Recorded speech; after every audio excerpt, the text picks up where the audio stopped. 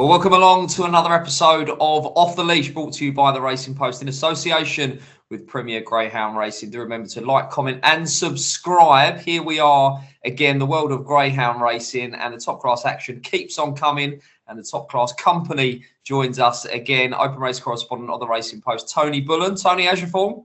Yeah, very good, Dave. We're doing all right. I mean, the racing's been brilliant. I mean, it really has been a red hot start to the year. Normally, January is a slow burner, but far from it in 2024, and it's only going to get better. Yeah, no joy for the Naps last week. You both put up big prices, not to be for Bubbly Scorcher and Bubbly Inferno, but we did manage at big prices to bag winners of the two big finals, and it was some performance from Clona Curley, wasn't it? Yeah, it certainly was. I mean, he made it third time lucky on these shores. He won that event at Court beating the Aero Secundi dog, so he improved with each sighting at Newcastle, strong from halfway, and it was a good all-round performance. He's an April, so he's only got another month and a bit of puppy, but the step up to all-age company should be a smooth one, Dave. Yeah, and I doff my cap to you as well. 9-2 Churchfield Sid, looking back, was a hell of a price, but you made a good case for him. A little bit hairy around the first couple of turns when he was headed, but a good performance from Richard Reese's charge. Yeah, it was a good performance. I mean, what made it even better, you do forget that the dog picked up a serious injury as a pup, and the fact that that hasn't really blunted or dented any of his speed. If anything, I think he's become a stronger dog. He's not necessarily the smash and grab merchant that he might have been as a pup. He's got a bit of all-round pace. Obviously, he's a dog that needs to turn in the front rank to show his very best form, but that was a good final. That would grace any Cat 1 final this year, Dave, what we saw at Monmore. Yeah, we'll get on to both of those. But on the menu this week, of course, a look back at those two big finals, but a look ahead as well to one of the biggest races of the year, very much part of the betting shop tapestry, the £20,000 Premier Greyhound Racing Golden Jacket. 2 laps of the track, 714 metres. And it's one of the big ones, right, Tony? You get a blend of stayers and marathon performers, but it's always a big occasion. Saturday's going to be a gala meeting as well. Yeah, Golden Jacket's always been a great event because it's an easy 8 bends. It is a marathon, but it's an easy 8 bends. And you always see some trainers and owners chance their arm with a explosive 6 bend type of dog that can nick it. I mean, like Patches Kerry always springs to mind. Won the Golden Jacket, but didn't stay 695 metres at Hove. So horses for courses, Dave. Yeah, and the Peter Bussey as well, the £5,000 chief support on the card. We'll look back at semi-finals of both of those and give a preview of the two big finals on Saturday. But first, we will look back then. We already mentioned Diane Henry's Clona Curley, and this was a very, very competitive race. The bookmakers struggled to split them throughout the week, Tony, but he was very impressive here. He starts and he stays. It was in the black jacket, Clona Curley, 28.32. My anti-post pick, Droopy's Unis, smashed out and led from trap 2, and it was your each-way anti-post play. Coppeteller, I thought, run a hell of a race to get up for third. Yeah, we nicked the each-way. We was an each-way thief in this event, Dave, but take nothing away from the winner. Produced his best run when it mattered most. He's a nice dog. The only thing I do fear for him is the lack of a proper yard of early pace. Like on this occasion, he got round the first 2 bends unscathed, and you knew he was going to be coming home strong in the second half. In Ireland, he done exactly the same when he won a heat at the National Puppy at Shelbourne, strong from halfway. 28.23 at Newcastle. You got a pup doing those times. The future's bright. Yeah, speaking to connections afterwards, plans will be Monmore Puppy Derby, and then the Derby itself, trained by Diane Henry, owned by the chief of Toaster, Kevin Boothby. And I think the dog will be even better over 500 metres, Tony. Yeah, I do agree. I mean, Monmore's a speed 4 bends, but it could suit him if he can sort of, the race unravels like it did at Newcastle. If he can ride his luck around the first 2 bends, you know he's going to be coming home as well as any in the second half. And Brady's Bullet, he come from off the pace in the speed final last time. Yeah, 66-1 into 33-1 for this year's Derby. So one to look out for in the future. Clona Curley. Right, we'll move on then to what was a simply sensational Ladbrokes Winter Derby final at Monmore. Churchfield Sid has bagged by Tony at 9-2. Did the business out wide in trap 6 here. King Capaldi did manage to get across from trap 5 early on, but it wasn't to be for Liz McNair's Star. And Bogger Rambo back in third in trap 4. Now, The draw was crucial, but, you know, I thought showed another dimension to himself here, Churchfield Sid, because at the second turn, when King Capaldi got up his inside and took it up, I thought, well, that's Churchfield Sid done, really. You know, he needs to be off the front, but what a performance it was. Yeah, I mean, he did have a brilliant make-up in the stripes, but he still needed to counter the early moves. It's no good having a good make-up and you just flat-footed at the boxes. He countered the early moves. When King Capaldi railed him off the second bend, I thought his goose was cooked. And again, he sort of didn't raise my eyebrows, but it was the manner of the win, the determination. I mean, he's a real nice, balanced dog and clearly runs the track well. And he's clearly suited by an even stiffer four bends. I think he's changed his style a little bit. I think he's coming home stronger than he was as a pup. Yeah, definitely. But he's got nice early. Being a seeded dog as well, in any competition he lines up in, he's more often than not going to get his draw due to the equal distribution of seeding, the way draws are done. But he's a real nice type going forward. And, you know, 40-1 for the Derby. What are your thoughts, Tony? Yeah, I mean, again, he is a dog that can leave it in the cans. He's a sort of miss-break, pace-up type of dog. But at Toaster, you'd like him to just sort of be a little bit more consistent at the traps. You don't want to be flat-footed at the start because the width of Toaster, you don't want to be conceding a lot of ground around the first two turns. 40-1 there, and Richard Rees and his team having a great couple of years. Darryl Bear, Stephen Billy Evans amongst the owners there as well. So 40-1, big play up for this year's Derby. Summer going. Who knows? Who knows indeed to look out for him. Not sure what plans are, whether we'll see him before the Derby. I'm sure we probably will, but we shall see. Maybe the Kent Plate. Right. Let's move on then to this week's main event. It will be 2 laps of the track at Crayford, 714 metres. There is £20,000 up for grabs in this year's Premier Greyhound Racing Golden Jacket. The tight turns at Crayford, but the long straights make it a thriller.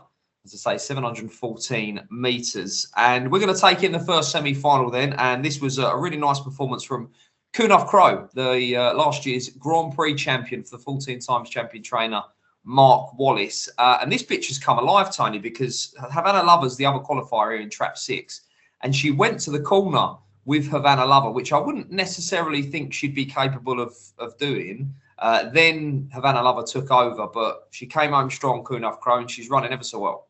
Yeah, the track's been running quick at Crayford for me. I mean, you've got some dogs, I mean, quite a few dogs are dipping under the 23-second barrier for the first circuit, and we're talking about staying types. So I think the track's been reasonably quick in this particular event, but all credit to Kunoff Crow. She struck her best form at the right time, as you touched on, Dave. Won the Grand Prix at Sunderland, and it was a good Grand Prix that she won at Sunderland. But what I find, she's staying better as well. She's sort of like got more in reserve, and the way she sort of booked her ticket in the final, she's a big player, drawn red. Yeah, I think she ran in the Cesarewitch, didn't she, at Central Park? And she looked like a non-stayer to me. Yeah, now I know that you know, it'd probably be a bigger ask, but she really emptied out at Central Park, but she's absolutely flying. She's very much a bitch in full. She did the business well there, 45.03, the winning time there for Kunoff Crow over Havana Lover. Did manage to hang on for that second qualification place. Right, we move on then, because Kennel Mate Havana Top Note went here for Liz and Rab McNair, the Challenge Cup winner, doing the business from Trap 3. Look out for Trap 2 here, Tuano Bella, who, for Paul Donovan, a lightly raised bitch, has shown in the past that it would be a case of early pace, catch me if you can, and then trying to cling on. But I thought she battled really, really hard here just to qualify. Yeah, what a CV this Havana Top Note's got, Dave. He's missed the competition. He thrives in every event that he contests. He's done connections, extremely proud, and the decision to step him up to this marathon distance has proved fruitful. Say he can hold his pitch on the first circuit. This was his best ever split, 22.92. If you're not winning the first circuit on that, then you're up against track record holders. But he's sustained the gallop. I think the quick track has helped these type of dogs get home. You can sort of free wheel home when a track's quick, but take nothing away from Havana Top Note. He's a bold sort when he gets in the front. Yeah, very game, very, very game. And as you say, you know, he's just consistent, isn't he? He lines up in a competition, and I think by connection's own admission, you know, he wouldn't be the fastest dog. He wouldn't even be the fastest dog in the kennel. but you know he's going to put it in every week, and he's always going to be in with a chance of qualifying. Yeah, exactly. He's just sort of missed 100%. He just doesn't know how to run a bad race, but it's pertinent, the first circuit for that type of dog. There you go. Yeah, Havana Top Note and Tuano Bella there. Your two qualifiers in traps 3 and 2 respectively. Right, let's move on then to the quickest of the semi-final winners and the ground that is going to be favourite for this year's Golden Jacket final, and that is Mark Wallace's Ballymac Taylor. Went from trap 3, 44.80 clear on the clock. Look out for Dazzle Rolex as well in trap 6 here, battling on really, really hard to qualify and pick up New Destiny for that second qualification place. But Ballymac Taylor is a bitch who could go round again, could do 3 laps of Crayford. Real strong marathon performer, but really sort of just shown a little bit on the first circuit to just keep tabs on the leaders and then watch her go on the second lap. She is a powerhouse. Yeah, the New Destiny was sent off a shade of odds on in this semi and just denied the luxury of leading again. I mean, she's a very smart prospect, New Destiny, but needed to sort of get off the front, not the same bitch from behind, sort of checks up, lugs in behind dogs. But Queen Pink sort of proved a bit of a nose for New Destiny. But this is where I was impressed with Ballymac Taylor. She didn't get as detached as you would expect her to do. She's turning in a handy position, and the writing's on the wall. When this bitch sees daylight, you see her visibly got the ability to quicken up at a vital stage of a race. And when that daylight opens, you just see her scythe through the pack, full of running. The further they go, the further she's going to pull clear. Yeah, real powerhouse. And you know, come the final, she is going to be travelling strongest on that second circuit. So we'll have a look at the draw, but she will certainly be the one they'll all be looking out for on the second lap. Where is Ballymac Taylor? What sort of run is Ballymac Taylor going to get? Right, 6 minutes past 4 then will be the £20,000 Premier Greyhound Racing Golden Jacket final at Crayford on Saturday. 2 laps, 714 metres, speed and stamina both required here. And here is the betting and the draw. And unsurprisingly, clear on the clock, Ballymac Taylor at 5-2 heads the market. But I think it's wide open here, Tony. How do you see it? I like Ballymac. Any 2-1 or better Ballymac Taylor's a play for me. I thought they might go up like 6-4, which would have been more of a watching race. But anything 2-1 or better, she's a play for me, Ballymac Taylor. As I say, she's got the power as the Taylor, Dave. Yeah, there's no doubting that, should these 6 grands all have a solo trial over the 714, she would be miles clear on the clock. And as we've already mentioned, she will travel the second circuit harder than anything else. She's got bundles in hand on the clock. But I think there's a little bit of speed on it. There's no way that Ballymac Taylor is going to go around in front, or I think even go around in a pitch. So I'm not as bullish as Tony. I definitely think Ballymac Taylor is the one to beat. But will she get a run around the first circuit? If she does, the writing's going to be on the wall from a long way out. But I'm going to take a chance with Paul Donovan's Tuano Bella in trap 3 here. I thought burnt up a lot of petrol. Probably needs to be off the front last time out, but battled really, really strongly. Lightly raced. I think it's open to improvement. Big fan of Paul Donovan. I think he's a shrewd trainer as well. She'll be spot on for the final. And if he can find a start in Tuano Bella and she hits the front, we might have the likes of Kunov Crow, Havana Top Note, and maybe Havana Lover as the proverbial goalkeepers in behind. So double figure prices, Tuano Bella for me there. I'm going to take on Ballymac Taylor, but Tony Bullen is very bullish on the Jolly in the Golden Jacket final. As a reminder, 6 minutes past 4 on Saturday. Do not miss that, because that will be a real thriller. 2 laps of the track and anything can happen. But Jollies have got a good record in recent years, barring Pump Rock Mutley, I think 3 years ago, pops up at 33-1. It has been a bit of a fab fest in recent years, the old Golden Jacket final. So look out for that on Saturday. On the supporting card, as well, as is tradition, there'll be £5,000 up for grabs in the Peter Bussey Memorial Trophy final. Now, speed, very much what you're looking for here, because it's a lap and a half of the track, 540 metres, and the start will always be crucial over the 540 at Crayford. And we're going to have a look at the semi-finals, then we'll have a look at the draw as well, because it's £5,000 up for grabs. And the ground who's going to be favourite, no doubt about that, for the final is going to be Mini Bullet, and she did the business in sensational fashion in the opening semi-final here. She went from trap 1 and moves off a touch on the run to the corner here, Tony, but 33.42. Lamorna Lexi in 5, Liz on fire in 3 of the other qualifiers, but the writing was on the wall after a matter of strides.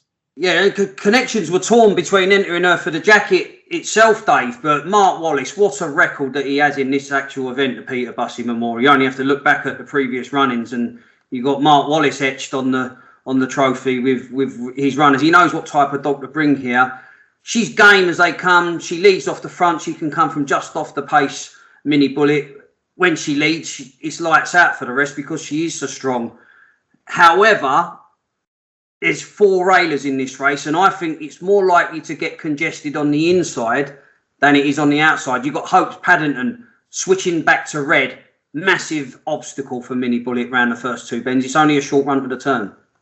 Yeah, it will be interesting to see how she goes, switching from 1 to 3. But she made 6 Cat 1 finals last year alone, Mini Bullet. Absolutely incredible bitch. She, of course, won the 2022 Puppy Oaks at Toaster as well. Classy and certainly versatile. Right, we'll move on to the second semi-final. Ritzy Empress at the draw of all draws out wide in trap 6 for JR Jim Reynolds. Locally trained, a real classy bitch with loads and loads of pace. And she actually went quicker than Mini Bullet as well. She put 33.26 on the ball. The Nathan Hunt duo, Aladale Kazoo in 5 and Hopes Paddington in 2, who's a multiple Cat 1 winner himself with the other qualifiers here. But nice run around the outside and she just blew them away. Yeah, she worked her way up the rankings over the 380 metres, Dave, and then Connections decided to step her up to 540 metres. Enjoyed Mixed Fortunes initially, but then she was the bit of a party pooper because she ended the winning run of Lockhill Jess and on merit as well. And since then, she's really developed into an above-average sort on home soil. I know she was beaten by Mini Bullet on merit in the first round, but Mini Bullet led. And I didn't think Ritzy Empress was disgraced in defeat. She kept tabs throughout, showed what she's capable of when she gets on the skin in the semi.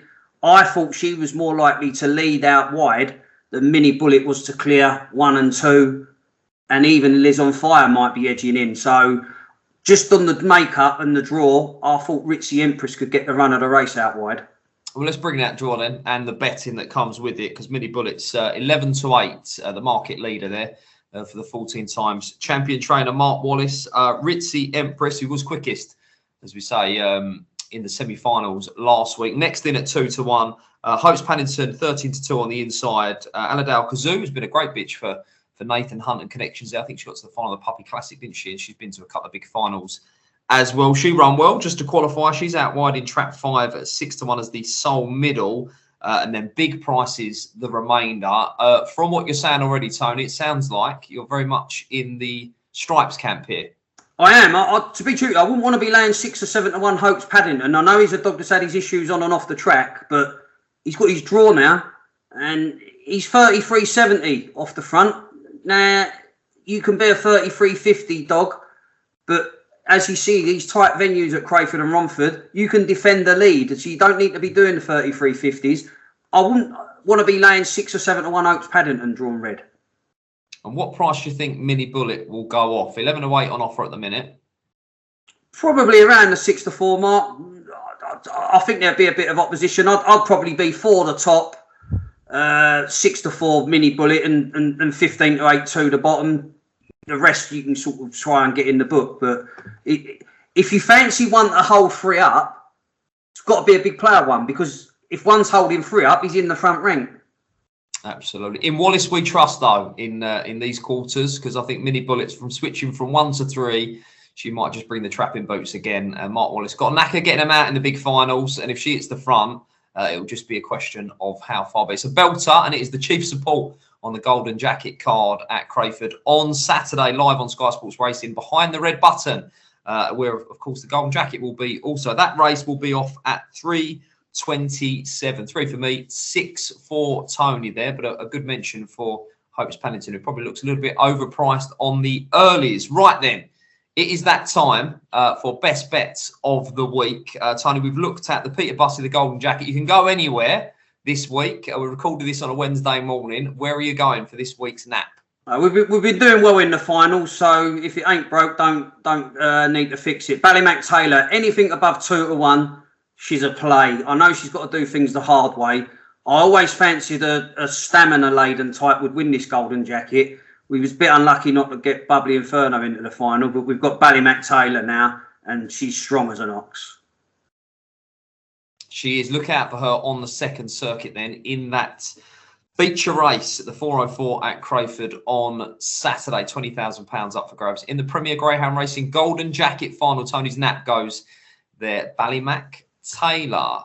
Elsewhere, my nap, my best bet of the week. I'm going to look beyond the races that we've already previewed on this week's show because the Golden Sprint is just around the corner at Romford. It's one of my favourite events of the year. Romford, very much my local track. Grew up going there. Follow the Golden Sprint very closely. We've had some trial stakes in recent weeks. And the dog I thought ran well in defeat last week in quite a warm trial stake was Droopy's Eddie for Maxine Locke. Now, he goes on Friday night at 9:36 at Romford. That will be on Sky Sports Racing behind the red button. Inside duo there could tangle. 6 is vacant. I think Droopy's Eddie in the orange jacket at trap 5. I think he'll lead round and he'll put a marker down. He's going to be a big player in this year's Golden Sprint. So I think he'll win the trial stake at Romford on Friday night. And that competition is just around the corner. So all eyes on Romford in the coming weeks. This has been Off the Leash. Do remember to like, comment and subscribe. We'll be here every single week, every Wednesday, me and Tony reviewing, previewing and hopefully finding the winners. We thank Tony for his company once again, his insight and his wisdom as well. Big play on Ballymac Taylor for Tony Bullen. 2-1 or bigger, get involved there. But of course, do remember to please gamble responsibly. We'll see you next time.